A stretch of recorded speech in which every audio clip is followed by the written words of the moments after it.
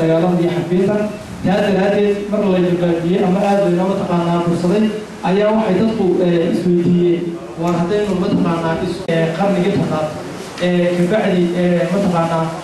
ugaas ugu horeeyay ugaaska labaad ugaas xasan ayuu ahaa ugaaska saddexaad ugaas cabdi salaam ugaaska afraad ugaas cabdulle ugaaska afraad ugaaska shanaad ugaas nuur ugaaska lixaad waa ugaas hiraab ugaaska toddobaad waa ugaas shirtoon ugaaska sideedaad waa ugaas samatar ugaaska sagaalaad waa ugaas guule ugaaska tobnaad waa ugaas rooble ugaaska koob tobnaad waa ugaas nuur ugaaska laba tobnaad waa ugaas rooble ugaaska saddex tobnaad waa ugaas axmed ugaaska afar tobnaad waa ugaas toodi ugaaska shan tobnaad waa ugaas maxamed ugaaska lix tobnaad waa ugaas rooble ugaaska toddoba tobnaad waa ugaas cismaan iyo ugaas cabdirashiid oo hadda mataqaanaa talada ugaasnimo inoo haya waxaan mar walba rajeynayaa ilaahay ka rajeynayaa ugaaska ilaahay ka dhigo ina mideeya ilaahay ugu guuleeyo ayaa mar walba ilaahay mataqaanaa bilaha ramadaan aqoonta waxa u baahan tahay aqli marka la aqoon leedahay waa inaad aqli waxa laynagu xantaawin inaan nahay dad aqli iyo aqoon male haddaba aqligeeda iyo aqoonteeda aawey waa ugaaska baashiga oo ah ugaas cabdirashiid oo maantana aynu u fadhino inaynu soo dhaweyno sida maanta caalamka runtii waxaa la yidhahdaa diinta sheegaysa culammadu ma sheegaan haddii aad saddex tihiin mid idin hogaamiye iska doorta maanta ugaaska baashiisa nolol waa ugaaskii aynu u doorannay in danaheena iyo mustaqbalkeena kii aynu ka horkici lahaa wax kastoo ay naga maqan maanta waxyaaba badan boo inaga maqan baynu tuusanaynaa ugaasku ugaas rooble qiyaam badan oo iga muuqaay anaa gaafaysta waxaan rajeynayaa anaa runtii aanan kusoo talagelin waa ugaas loo dhanyahay waan soo dhaweynaynaa mar ugaasku haddii hawl dhaqan cididi kartaa ma jirto oo wax siyaasad iyo waxa uu ka madax banaayay diyaar badan nahay waan soo dhaweynaynaa waxaan rajeynaynaa maadaama beelaha kale inala midkiiba ay leeyihiin wax hore u soo jireenaha uu yahayna waxaan ku didaynaa ma jirto diyaar badan nahay insha allah waxaan rajeynaynaa inay si wanaagsan lagu dhamaato wanaagsanti ujeedada shirkan aan isugu nimidnay oo ahaa inaan sideen uga qeybgeli lahay falanqayno aynu isla garanno sideen usoo dhaweyn lahay hadday xagga maaliyadeed noqoto hadday xag qabanqaaban noqoto inaynu caawa inagoo u dhan waa inaan ciddan iyadoo inaga maqani jirin inaynu taakalogeeda galno midda jirta ee caawa kolley shirkeenan dib inooga yara dhigtayna waxaa weeye roobka da-aya ugaas rooble laba habeen baa loo ballamay labadii habeenba roob baa la shaqeeyey caawa inteeni badnayd waxaa naga kaxeeyo naga maqnaysiiyey waxa weeye roob inagoo habeenkii 21aad ee rabadaanka ku jirna waxaan dhul markaasi odhan lahaa dhalinyaradan gadaguusi bal sidaynu u qabanqaabin lahayn ama haddii xag maaliyadeed dhaqaale ay noqoto aynu u ururin lahayn aynu usoo koobno inagoo hadalkeenana koobaya dhaqankuna waa wax muhiima haddii oona diinta ku hor imanayn waa bannaan yahay ugaas rooblana waxaan leenahay ilaahay nooga kaa dhigo kii barakaysan guul iyo barwaaqo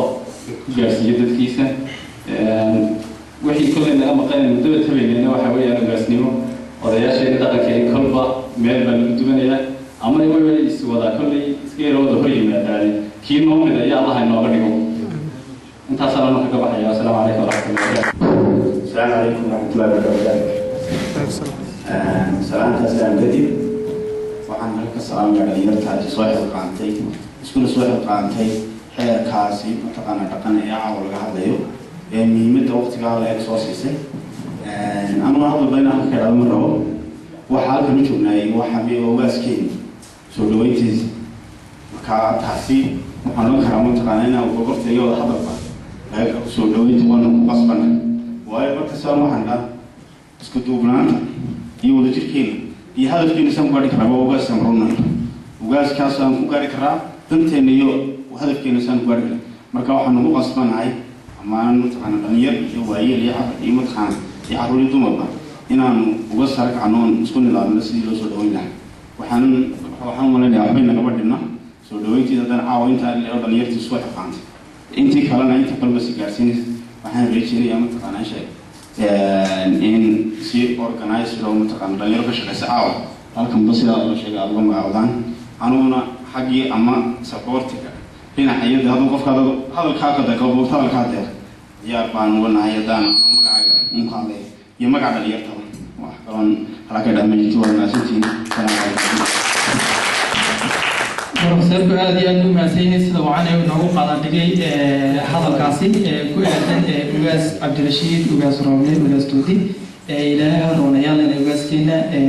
si mataqaanaa nabadgelyahan ay noogu keeno oo marun ayna tuso dhalinyarta in wax qabiil ah masala qabo dadku kubadda markay ciyaarayaan kubadda duriga ma jiro waxaa jiri jirtay waxaa la dhahdo kucusta markaa waxaa loo kala ciyaari jiray agoon iyo aaboole maxaa la qarinayaa waxaaba la diidan yahay baa reehimeliya baa la diidan yahay waxaa dhagax joog waxaa loo ciyaari jiray dacar joog micnaha doob iyo goobaale kii reerka lahaa iyo kii reerka lahayd micnaha anaga waxaa rabaa in arrimahaas oo dhan soo celino de manchesterta iyo mataqaanaa barcelona berigaas waxay ahaayeen agoon iyo aaboole saa darteed inaan tii soo celina looga baahan yahay insha allahu tacaala ayay nasiib u yeeshay inuu bartan stage yimaado si uu mataqaanaa aan uga faa'iideysano ereydiisa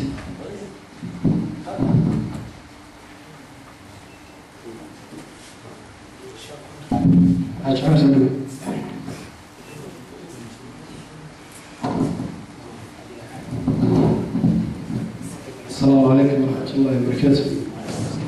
بس شرفت قيمة ككبر رجعت كل هالصبح. كنت يوم الصلاة يا سماعة السلام عليكم ورحمة الله وبركاته. كنت كبعني كنت واحد من القضايا خوش من كان قضية يعني قضية نحن عوجز كان. وحنا مرينا يا سيسقط الرعاة على وضع الله وسقط الضوء واحد سوق نفسه في مرينا. لكن ترى الربط فينا واحد من القضايا حضارة قوية. يوكوتي واحد من القضايا طلع أو ضد شيء أو يسوي أو الله هذا المركز طاوي يشوف. يسوي هو حكم في حياة. وسامين تدير له اللي قصة كريمة مش حار. واحد من القضايا ده ينقدر من يطفي